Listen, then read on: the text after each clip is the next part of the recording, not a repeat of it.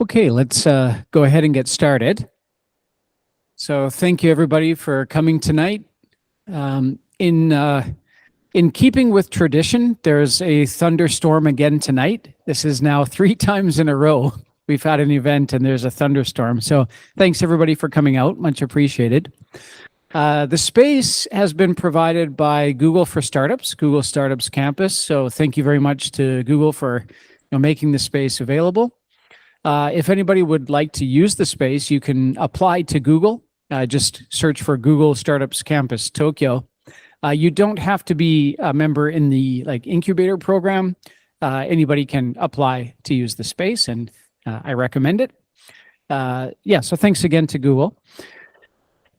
And tonight, because this is Google for Startups, we're going to be talking about data for decision making and kind of thinking about it from the Google Cloud platform perspective and for startups. I expect that many of you might be working in startups. In fact, let's see a show of hands. How many people are working in startups or related to the startup ecosystem? Okay, and then how many people are in engineering or data science or something related to the tech industry, something that's close to Google's world? Okay, so that's basically everybody, maybe one or two outliers. So I hope that this will be of interest to you. There's a mic on the table there. Feel free to raise your hand, grab the mic, and ask a question at any time. For everybody's reference, we are on the record, so the screens are being recorded and the audio is being recorded through the mics. But the rest of the audio we're not catching, so don't worry about that. We're not going to catch your conversations to your friend or something. Agenda is here as we see, so kicking off now, then 40 minutes for the presentation, a Q&A after. So please do try to think of questions throughout and make notes. Again, feel free to interrupt at any time if you're worried that you'll forget your point or something, but we will have a Q&A time. And it's nice if you can ask some questions then, although please, take it easy. Don't ask too difficult ones. Then we'll have a networking session after and clean up, and then we have to be out of here at 9 o'clock. So everybody, when you leave, please put your badges in the cardboard box by the entrances. Okay, let's go ahead and get started. Or any questions before I start? No, everybody's good? Okay, let's go ahead. Okay, so first of all, a little introduction to the concept of decision intelligence. Decision intelligence is a field, a discipline. It is a new software category. Who has heard of decision intelligence before? Thank you. That's a few more people than I expected. So thanks for doing your research, or thanks for your interest in the topic. The field of decision intelligence is new. It is a growing field. As a software category, Gartner estimates that it's going to be worth about $50 billion by the year 2030.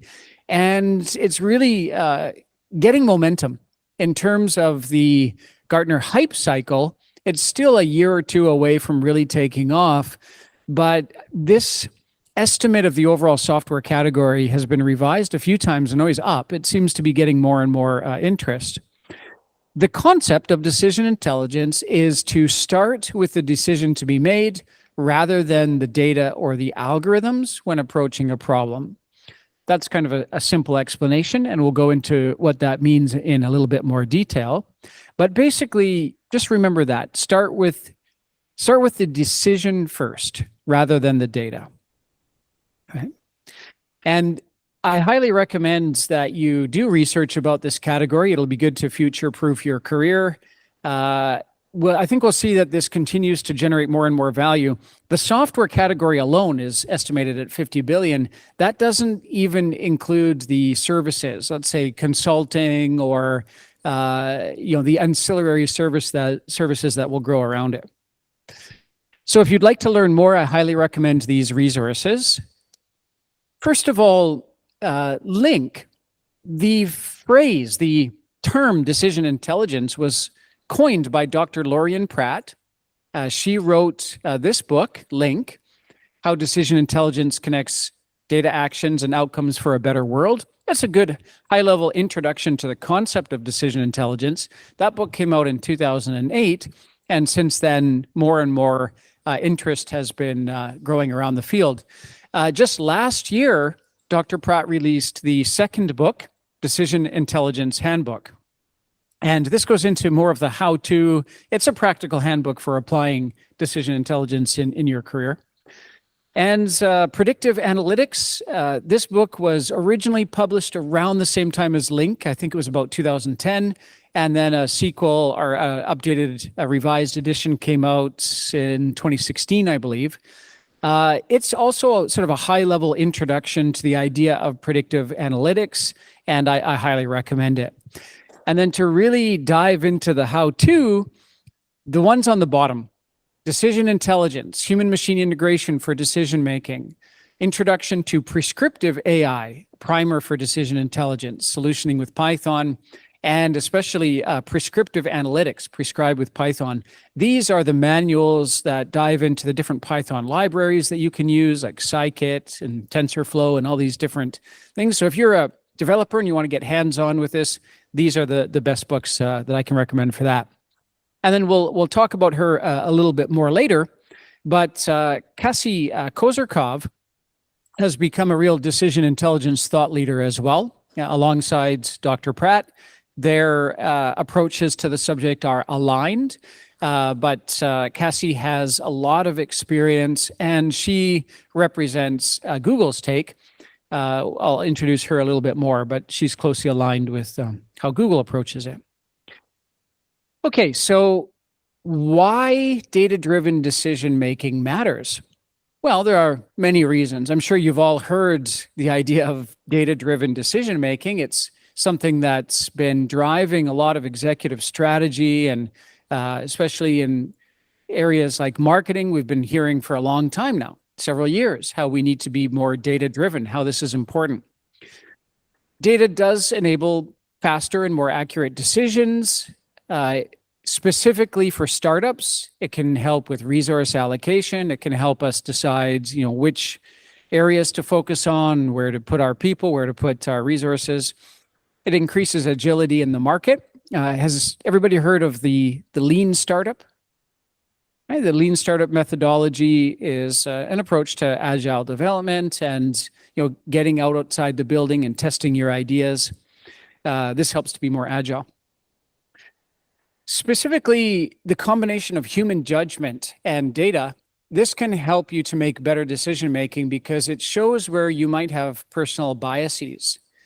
Personal biases are areas where you make assumptions. Your brain takes shortcuts, and sometimes that can make your judgment or your decision-making inaccurate. Large amounts of data, being data-driven, following the scientific method, can help to make better decision-making. And the business benefits are many. Improved accuracy and efficiency, reducing risk by basing your decisions on the data. It's less about guessing, less guesswork, less sort of gut instinct. Can help to enhance consumer insights and targeting.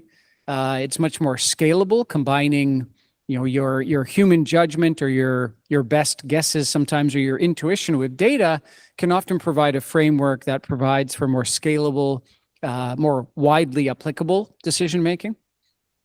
And it allows for faster response to market changes, again, being very agile. It can also help to reduce costs because it reduces mistakes, and it helps you to get aligned. That's what this everybody happy image here is indicating. When you've based your decisions on the data instead of just people's opinions, it can help your team get on the same page. It can help you to remove indecision and move forward more quickly. In the data-driven decision-making world, you might hear the term called HIPPO. It's an acronym, HIPPO. Does anybody know what HIPPO stands for? Right? Highest paid person's opinion, exactly. And stakeholder alignment often comes when you're not just following top-down directives of, the boss or again, the highest paid person, whatever they think is right, but you've researched the data and you've got aligned, and there's a reason for why you're making those decisions. So removing biases, removing the hippo from the room, and operating on data, this is good best practice.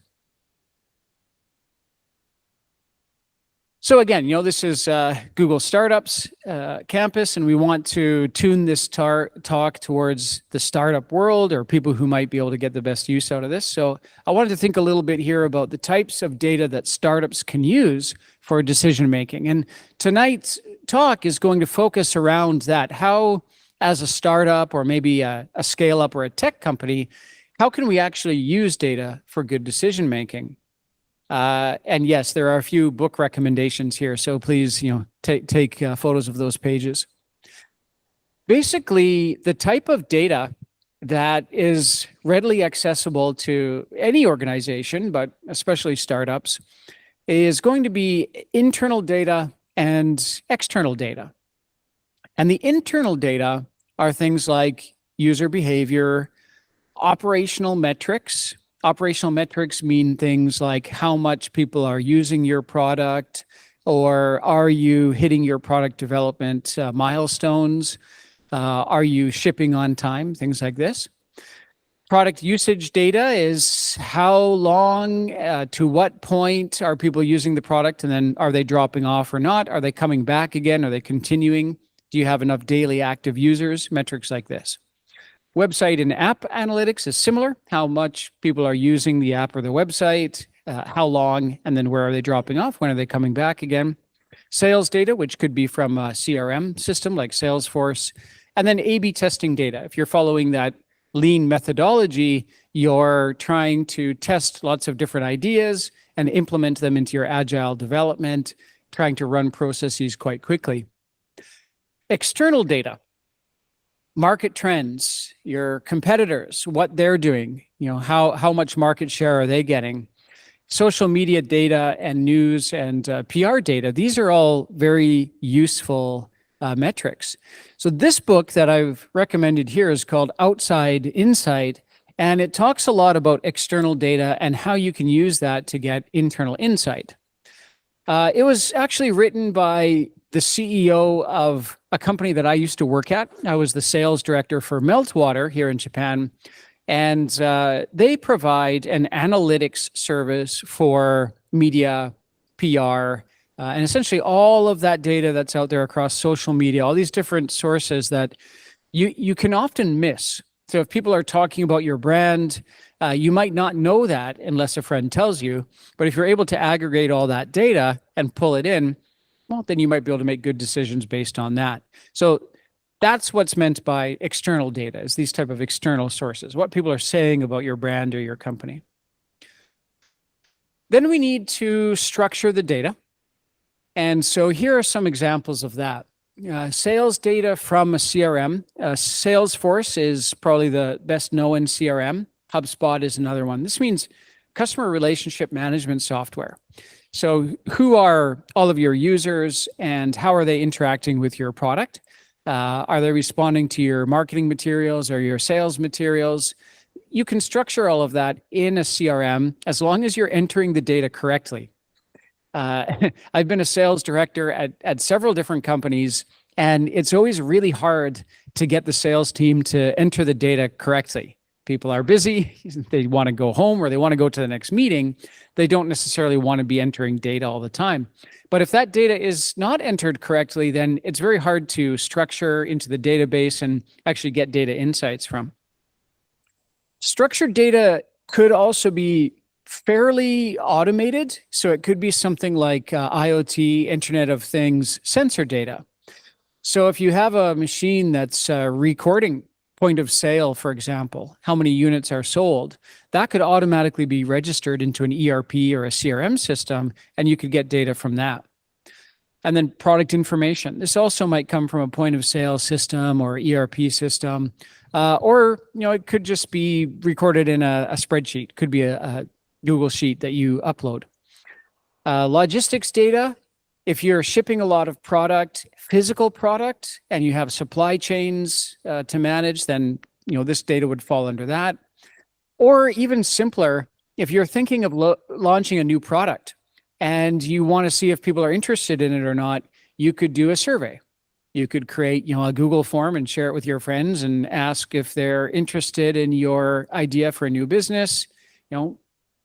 Would you be interested in ice cream for cats? What flavor would your cat like? Stuff like this. This, as long as it's structured in your survey form, it can be pulled into the database.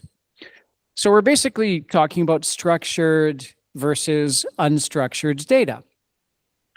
Structured is easy to work with. It's the database tables, CRM data. A CRM basically is a database.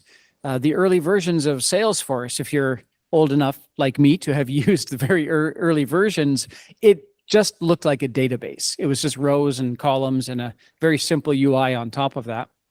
Very similar to other products in the market at the time, like Oracle. Or analytics data. Just think rows and columns or numbers, a lot of metrics, a lot of quantitative data.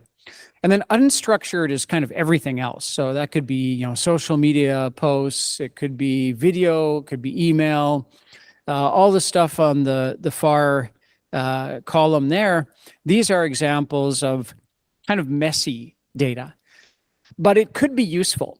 Like we were talking about with the platform Meltwater, that aggregates everything that people are saying about your product, and that can be really useful. You can run sentiment analysis on that to see if people are happy or sad with your product, but you have to get that unstructured data into a database, and then you have to link it all together. So because, again, we're at Google Startups Campus today, I'm going to talk a lot about how to do this using the Google Cloud Platform, or GCP. So lots of Google services. And the intention here is to give you some reference points for how you could better manage your data for making decisions. It's a recipe for doing this for some specific use cases. And my company, kimaru.ai, actually does this. Our product is a decision intelligence platform. This is not exactly the architecture that we use, but it's how you could do something similar to what we do using Google's products. So just to sort of set the stage there. So let's imagine that you have a startup, or maybe you have a startup idea, and you want to understand how to make better decisions about how to run that business. These are some of the data sets that would be very useful. Google Analytics, GA4 is the most recent one, allows you to get all of your website traffic and understand not just what people are looking at, but the things they do on the website, because GA4 is now event-based. It tracks what people are actually doing. Firebase is the same for mobile app. So data sets that you can pull in mostly about your users and what they're doing. And then you could pull that into BigQuery, where you can do analysis. And BigQuery allows you to do advanced analysis. And you can think of analysis as looking through the data to find patterns or insights, or to connect data that doesn't seem like there would be a very obvious connection, and then to model out different patterns. So it basically looks like this. You're collecting data from web and mobile, and it could be also APIs. APIs are basically like a bridge with other services that allow you to pull data in from that. One thing that you might want to pull in is things like, is anybody familiar with the website xe.com? xe.com. XE stands for exchange. It's a really useful website for currency information. So if you want to know right now what the exchange rate is, dollar to yen or euro to yen, you can go to xe.com and you can get the most recent rates. Well, they provide an API. So that's an example of data that you might want to pull in and then model together with your other data to get insights. Another type of API could be weather data. You might want to pull in the weather forecast for tomorrow and then build models on top of that. So when I say pull in, you're pulling it into Google's server. And that is essentially BigQuery. That's the basic tool that you would use for querying or asking questions about your data, finding structure and asking questions. So BigQuery specifically is for structured data analysis. And it allows you to do very fast querying. It's a lot faster than trying to do all of your data management inside of spreadsheets, which is kind of the old way of doing it. It's a lot more efficient, and it handles a lot more data. Does anybody know what the row limit in Excel is?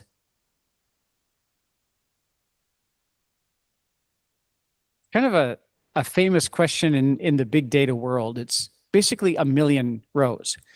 And so if you have any spreadsheet with more than 1,000,000 rows, you're not going to be able to manage it in Excel. And actually anything over a few, tens of thousands or hundreds of thousands of rows, it gets really slow and it's likely to crash. So big data is kind of like a cloud version of Excel spreadsheets that's much easier to manage. It's much more robust. It's a lot faster to work with. And you can do SQL-based analysis. You can query the data, basically. So it's integrated with the whole Google Cloud ecosystem. So imagine you're pulling in that user data from your website or your app, and you're maybe combining it with some other data via an API. What can you do with that data once you get it into the Google Cloud? If you want to make decisions on it, you need to be able to connect the data. You need to be able to transform the data, so find new ways of looking at the data, and then you need to be able to visualize it. So a good way of visualizing the data after you've pulled it all together into Google Query is to push it out into what used to be called Google Data Studio. Does anybody know what Google Data Studio is now called?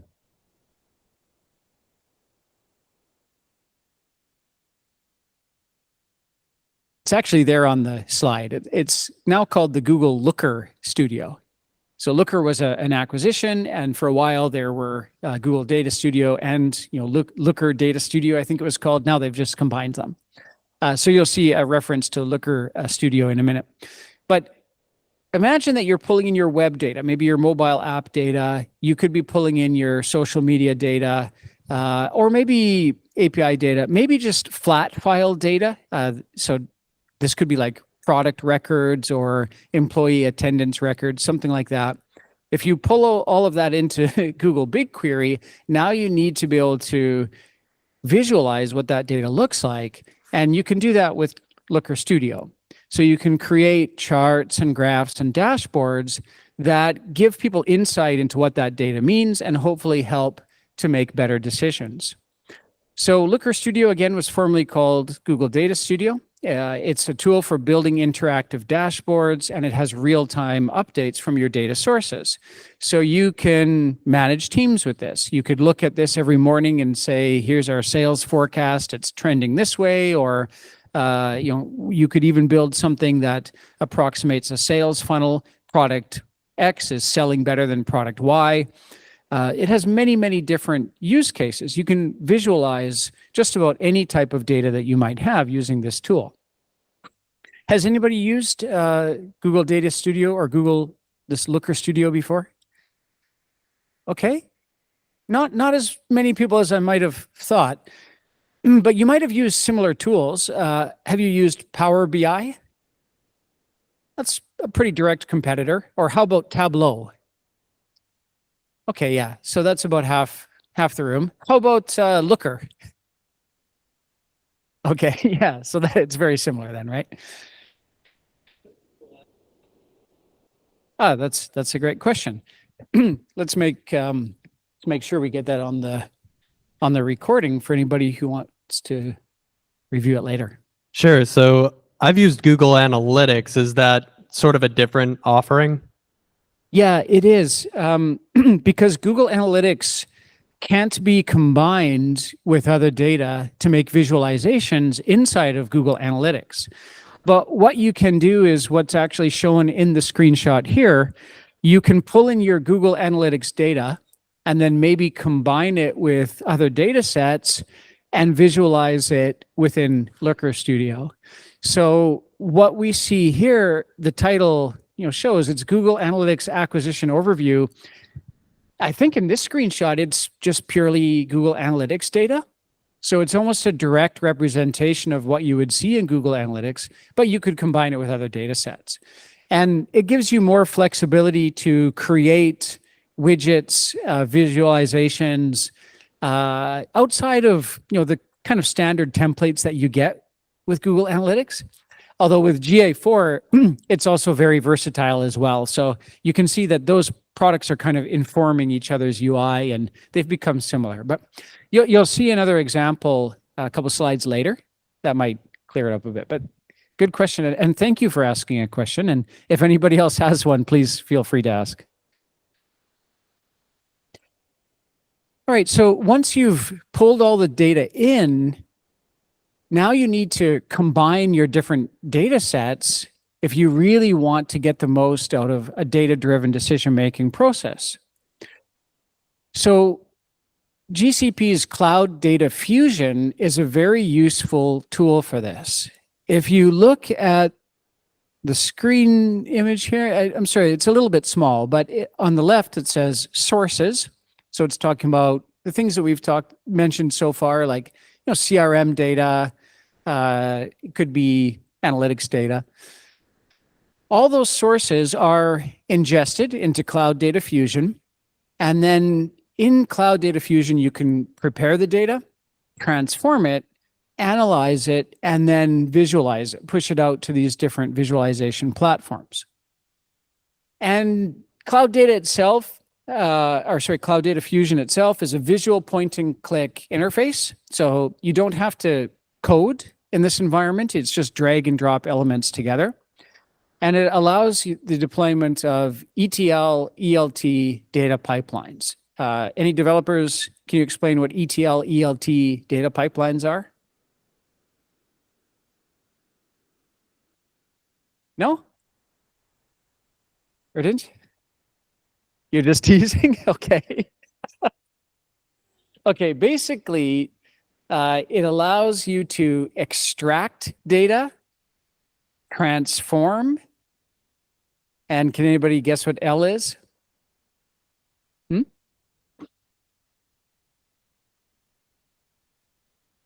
Yeah, exactly. And sometimes it's the other way around. Extract, load, and transform.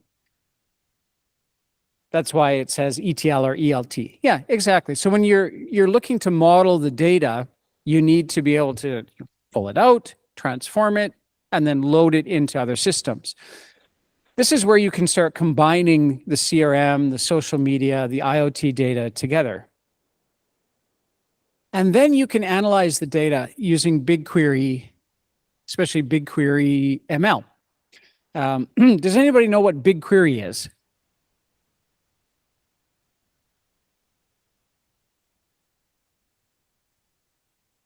Have you heard of Amazon Redshift?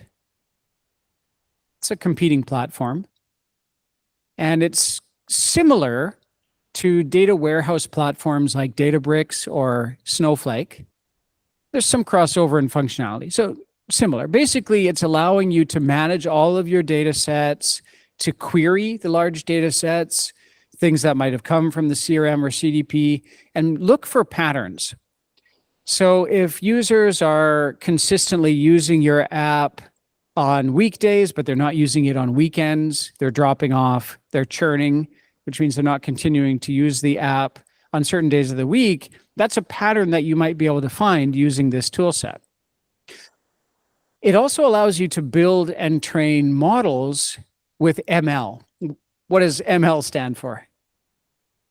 Machine learning. That's right. Machine learning. All right. So this is a tool for querying and then combining resources and building machine learning models. You can also, use it in analytics and retargeting. So you can actually push that data out into the next step. And one of the next steps might be automating those insights with AutoML. So AutoML is another piece of the Google Cloud Platform architecture. This is very easy to use machine learning tool for non-experts. It allows you to build models without having to code. It allows for automated data processing and pre-processing and model selection. Then you can tune all the different parameters in order to build training environments. So model training, can you guys imagine what that might look like? We all hear a lot about, machine learning and especially AI, the broader category recently, but it can be hard to visualize exactly what that looks like. So here's an example. In the picture here on the left, it says photo data set. So you've got a picture of a cat, for example, and you can load in thousands or millions of pictures of cats, and you can train the model to identify what is cat and what is not cat. That is not very easy for machines to do. Recently, there are a lot of products that we could use on a daily basis that are getting pretty good at this, but not as good as humans. Your average 4-year-old can identify cat better than AI still can. But this is how you build those models, right? So you train the models, what is cat, what is not cat, and then you can deploy them, and then you can serve them out into the wild, depending on what your use case is. So a useful thing for most startups is not necessarily to build these models in order to identify what is cat or not cat. It's more, are our customers using the products? Are our customers happy? Are they continuing to use the products? All right, so to tie all of this together, the basic workflow is to collect data using analytics, Google Analytics or Firebase for mobile data, analyze your data in BigQuery, visualize it in Data Studio, and then automate insights using AutoML. And this is where you can go from insights to action. But that's not what I'm recommending you do. So full stop. Everything I just described was the old way of trying to go from insight to action. But that's not the decision intelligence way. The decision intelligence methodology, if you'll remember, we said at the start, says start with the decision and then model the actions that you can take that are most meaningful, and then connect the data sources. So here's the big difference in how the entire machine learning AI world, the whole data-driven decision-making world has been operating until now, and the difference with decision intelligence. With decision intelligence, we flip that around. We focus on the decision first, and then the data. Why? What would the advantage be if we flip that around? We start with the decision, let's say the action outcome connection, and then we start modeling all of our data. Erdinch?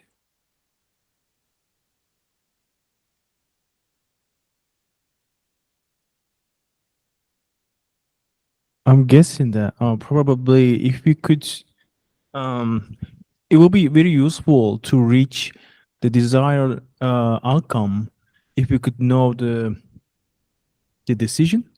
Plus, we will be making the actions accordingly, so we could be able to design everything that goes to that ideal outcome. I'm just guessing. Right? Yeah, exactly. It's a lot easier to map out where you want to go, the decision that you want to get to, if you know where you want to get to. So until now, by loading all of the data sources and then trying to look for insights and get some idea of the decisions we should make, we're kind of doing it backwards. That would be like buying every map in the world in order to figure out how to get from Shibuya Station to Tokyo Station. It's way more data than we need. And in fact, to go from here, Shibuya, to Tokyo Station, we don't need to know every single road that there is. We don't need every route. We just need the most probable, maybe 2 or 3 routes. So we only need that data. So by only processing that data and pulling it into these machine learning environments, then our data load is way lower. It's way cheaper. We can save a lot of energy. We can save, save having to run all these computing resources. Plus, the process that I described until now, it's fairly straightforward, but it's a little bit time consuming. And we don't necessarily want to do that for every decision we have to make. For a lot of these decisions, we can combine human experience, and then we can model the data just to augment human judgment or human experience. So that's how decision intelligence works. And let's start with Dr. Lorian Pratt's approach to decision intelligence, because she founded the term and raised awareness around the concept. Basically, it comes down to the action-outcome connection. And Dr. Pratt recommends doing this with causal decision diagrams. Cause is just like cause and effect. If this is the outcome we want to get to, what are the actions we can take to get there? This is a human-in-the-loop process. It requires humans to map out the decisions that we can take, the actions that are most meaningful, and then it iterates with real-world feedback and finally data-driven insights. But they kind of come last in this process. First, we figure out what it is that we're trying to decide, where we want to go, and then what data is most meaningful to help us model out how to get there. So these decision models are an important part of the process, and it starts with this action-outcome connection like we can see on the screen here. So we set our desired outcome, we think about what actions we could take to achieve it, and then what are the things that those actions are going to affect. Those are called intermediaries. And then sometimes we have external factors that might affect them, things like the weather or currency fluctuations, competitors, and that sort of thing. And then we can connect the human judgment layer, internal processes, compliance, regulations, laws, and different business processes that we might have. BPMN there stands for Business Process Model and Notation. That's one way of mapping out how decisions could be made. All right, so we feed all of this data into the decision model, and then we can build action-outcome connections. So let's look at a specific example. Here we have a customer who's trying to run for the door, and we want to pull them back. That's meant to represent a customer churn, where you have a customer who's been coming to your website, using your product, using your service, using your app, and they look like they're going to stop using it.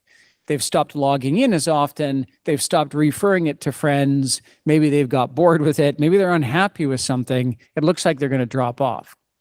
So we can create causal decision diagrams to show the dependencies, to show how to model out the decisions that would allow us to counter this customer churn, predict whether they're going to churn or not, and then take action so they don't.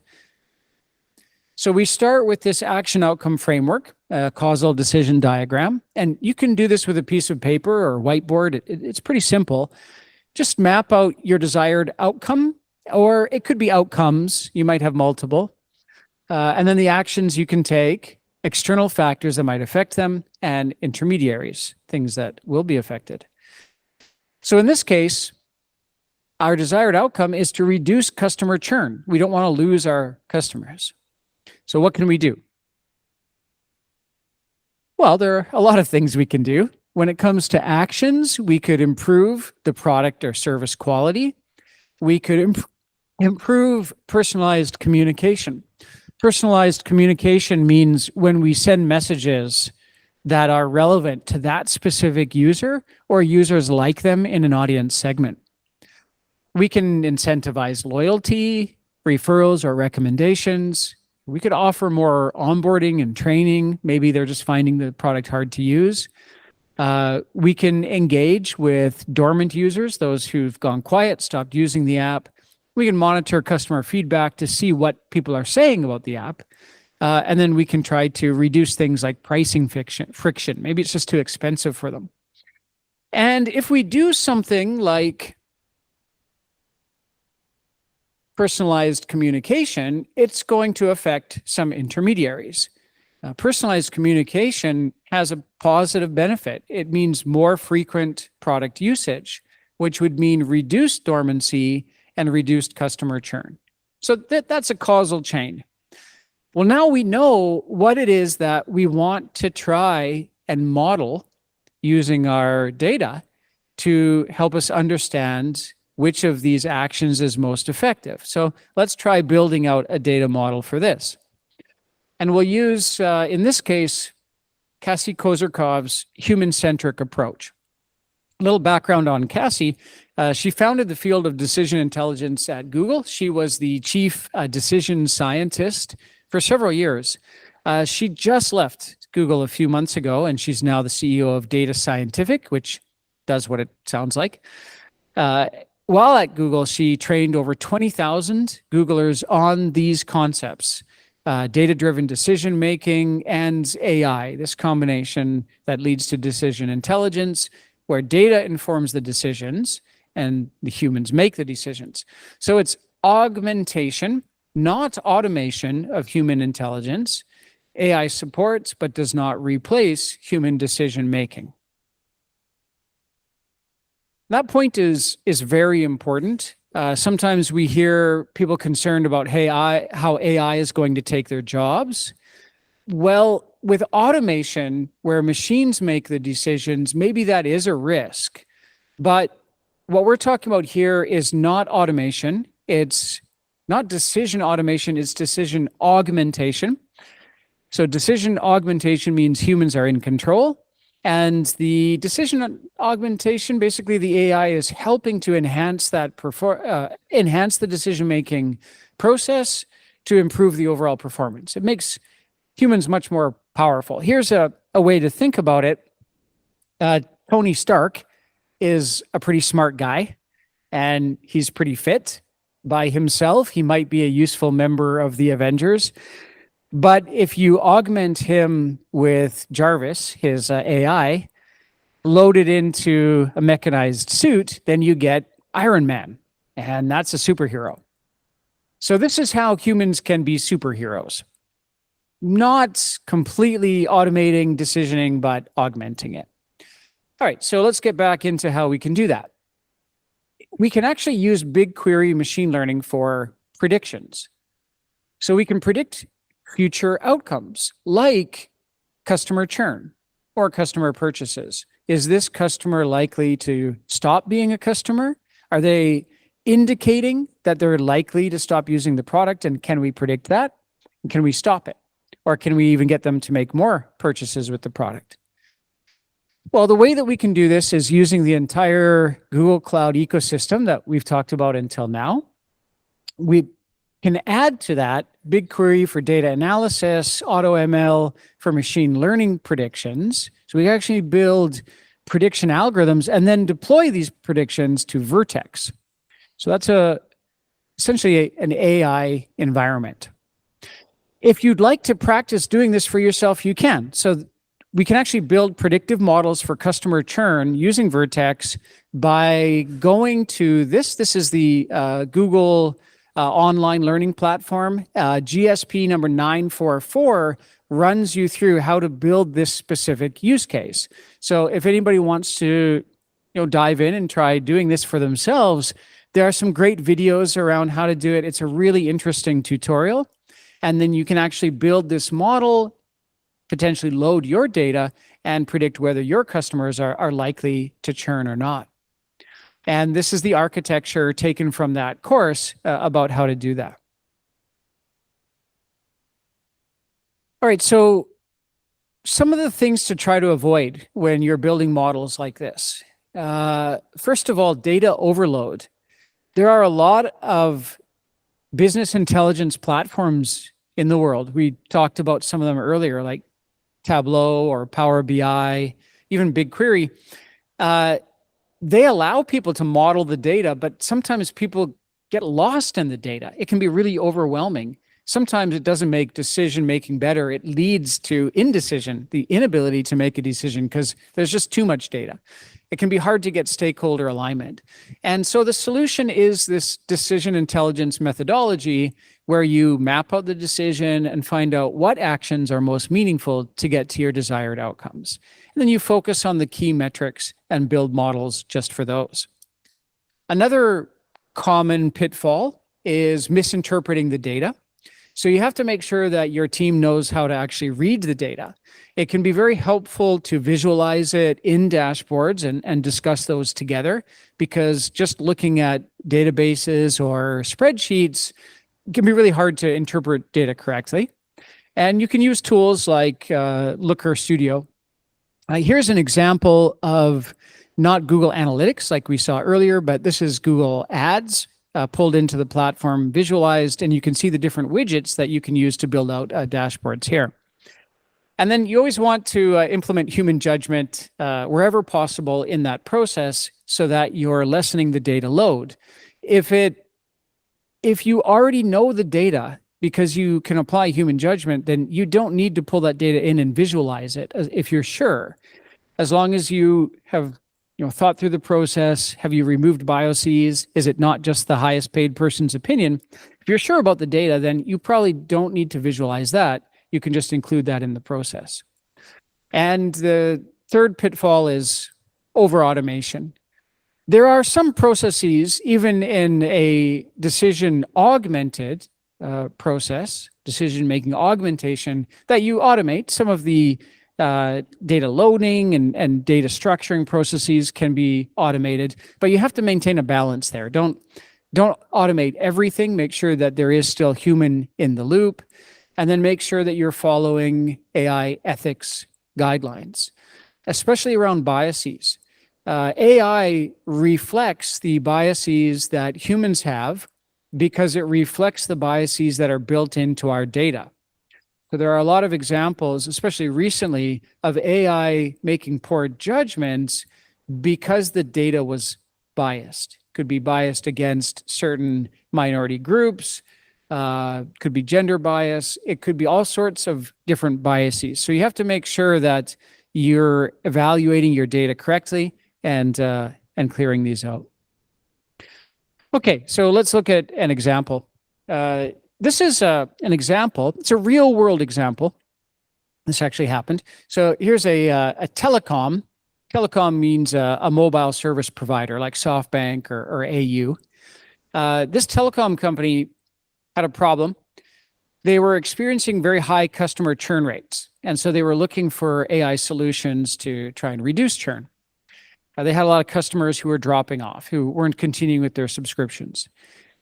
So they wanted to try and solve this with machine learning. And they basically thought that they could try these techniques, monitor customer behavior and identify early warning signs of churn. What would an example of customer behavior be that might lead to churn? Anybody?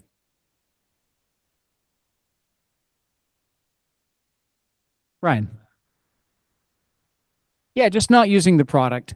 If they see that people haven't been making as many calls, sending as many messages, or logging in and downloading apps, if that activity is slowing down, then that's an early warning sign that they probably will churn off their plan.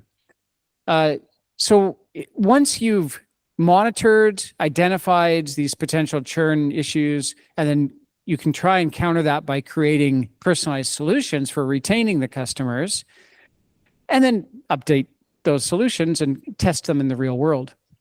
So what they did is build a machine learning model that took historical customer details, things like account information, their demographics. Demographics is like age and gender and all these different factors. And they tested different versions of those, different parameters, the different services that they were using, and then their churn status. Are they likely to stop using the product or not? Then they modeled out different scenarios using the architecture that we talked about here in GCP. And they used what's called counterfactual generation. So a fact is something that is. This is a microphone. This is a picture of a cat. And a counterfactual is something that is not that. Something that is not a microphone, a picture that is not a cat. And you can train the model on counterfactuals. So in this case, a counterfactual scenario would be something like the price of the mobile phone plan, and then the counterfactual is a different price. And you can try all sorts of different variations of that different price. So the hypothesis here was if the customer churn probability is 90%, generate, using the counterfactual engine, a scenario where the likelihood to churn is only 40%. Then run every possible scenario on those parameters until you find something that's likely to get close to 47%. And the result was, for customers who are likely to churn, amongst all the things that could be changed, services, account-related demographics, and so on, if they changed the monthly charges from $101.7 to $91, that's one parameter, and then provided online security and online backup services, if they signed up for a 2-year contract, then out of all the possible scenarios, the probability of churn dropped down to 47%. So that's very close to the target, and that was essentially the winning variation. So then they knew that they just needed to change a few things in their contracts, reduce the overall monthly rate down to $91, and provide these extra services on a 2-year contract, and they solved the problem. Right, so that's an example of how you can do that using this. Yes?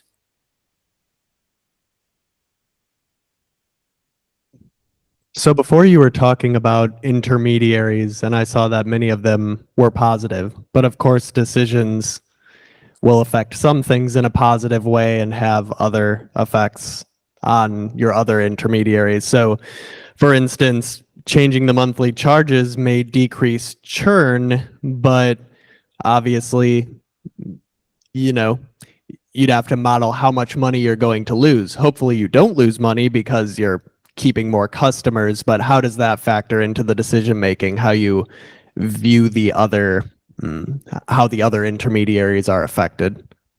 Yeah, precisely. The optimum balance in a model like this is maintaining customer retention without dropping the price to the point where, you're starting to go into the red because you're not able to cover the cost of the services. So the decision models have to factor out every scenario that's meaningful to that end objective.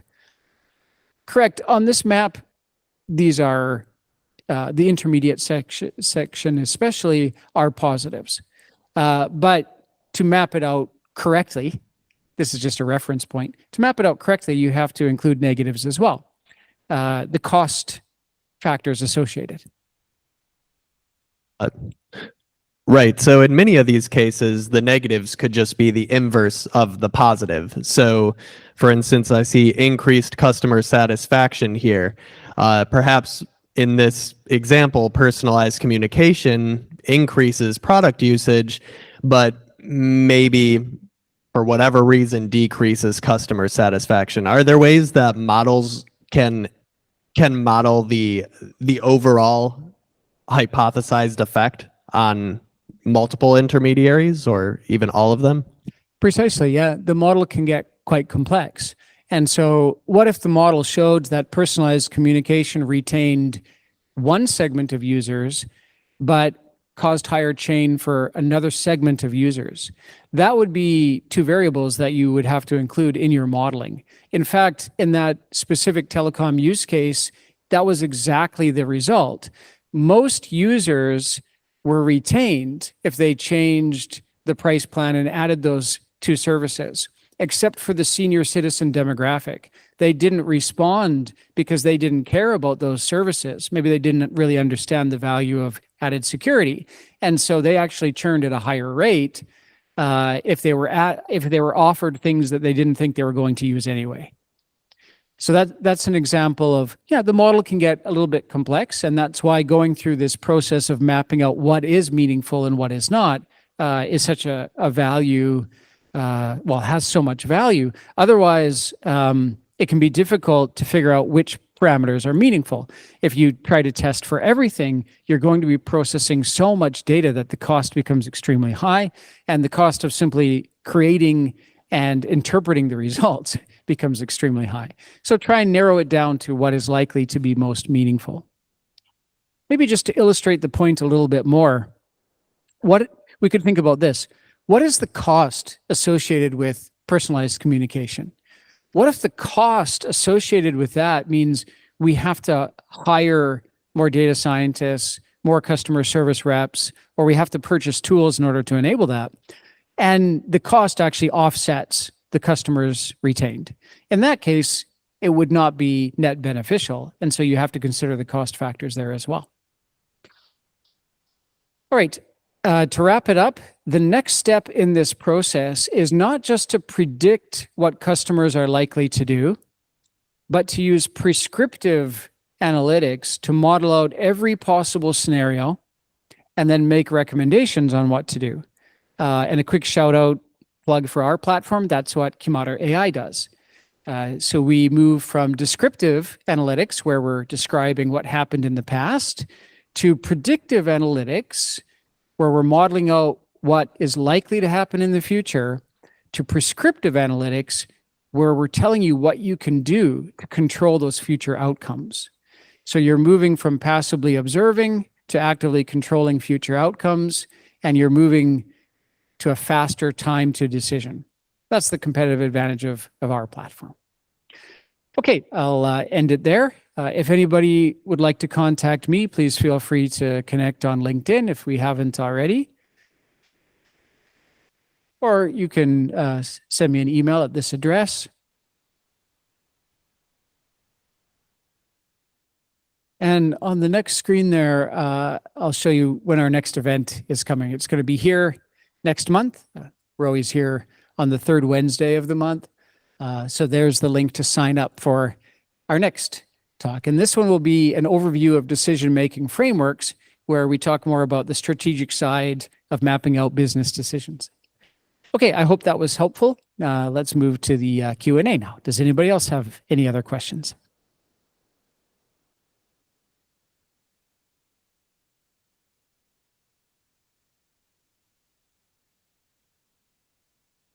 Presentation.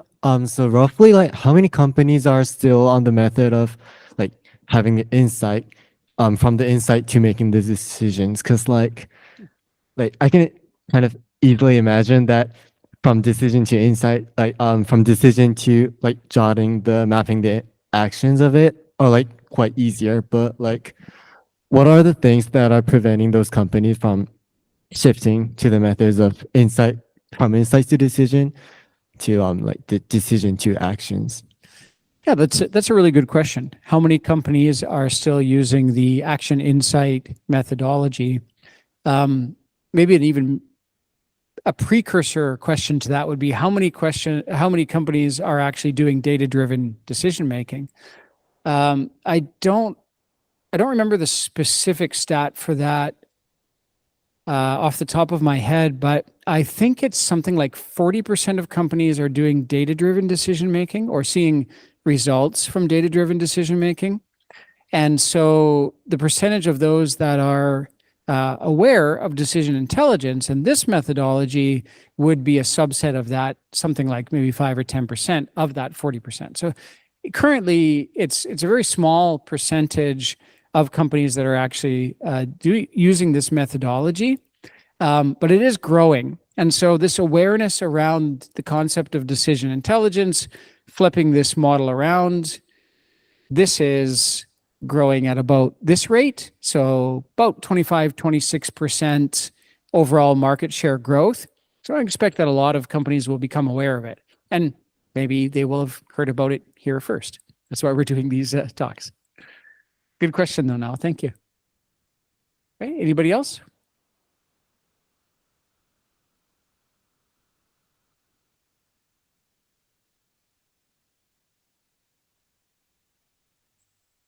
It's it's actually helpful if you do use the mic, because we're recording the screens and the audio only through the mics. And then if anybody looks at the recording, they can hear your question.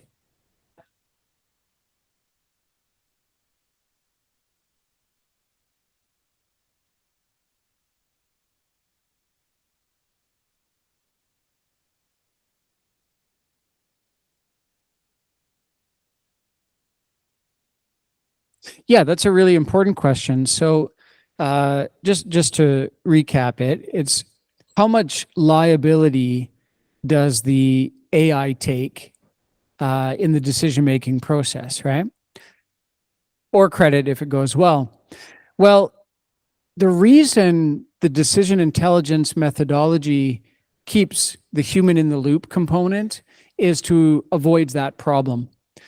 And the reason why we want to make sure that the models, let me find the slide there, are decision augmentation and not decision automation, are specifically for this reason. It's very important to understand how the AI recommendations, in this case, prescriptive recommendations, worked. We want that to be not black box AI, but glass box AI.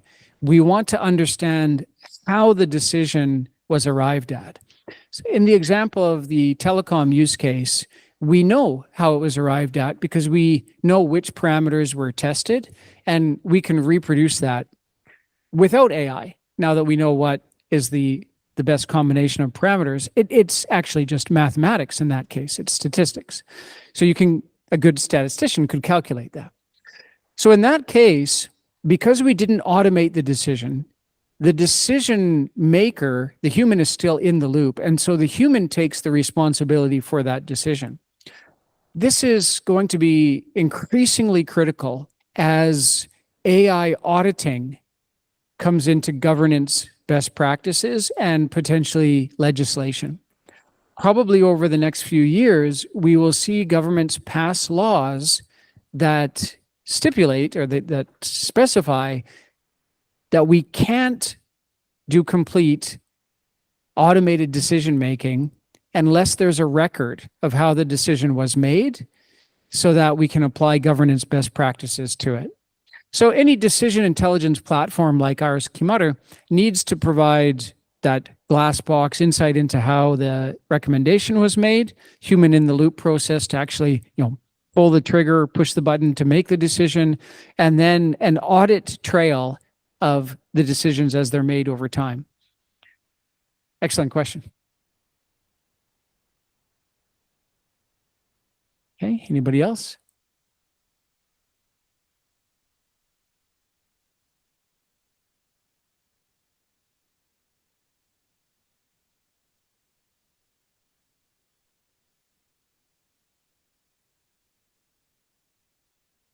Hello. Oh, thanks for the presentation. I had a question around, in this scenario that you showed, they found that these two changes for the telecom, these two changes reduced the customer churn.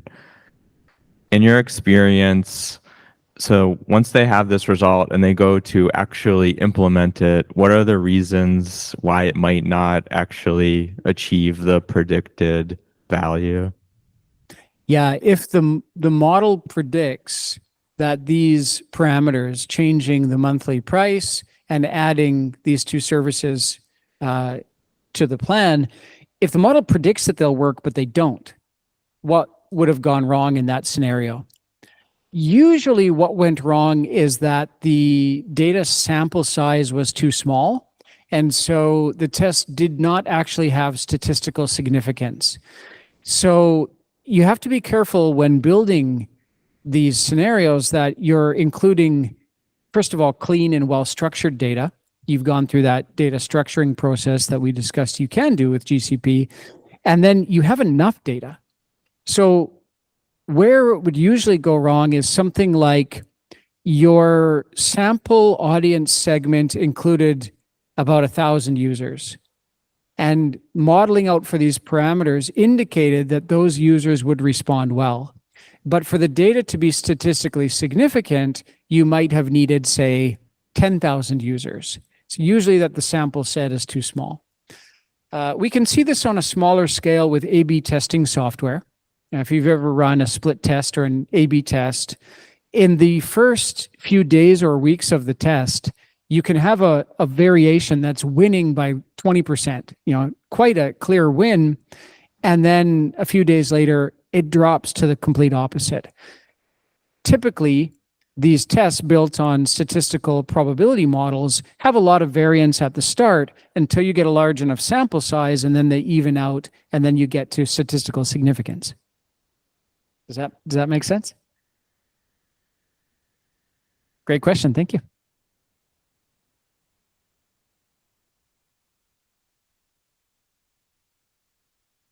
Anybody else?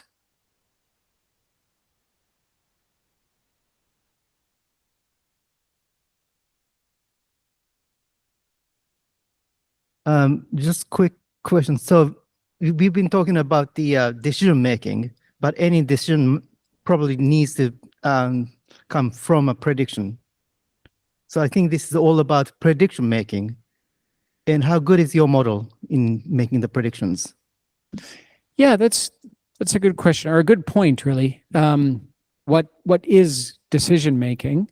If we think about the human process of decision making, it's imagining scenarios, imagining counterfactuals, things that could be.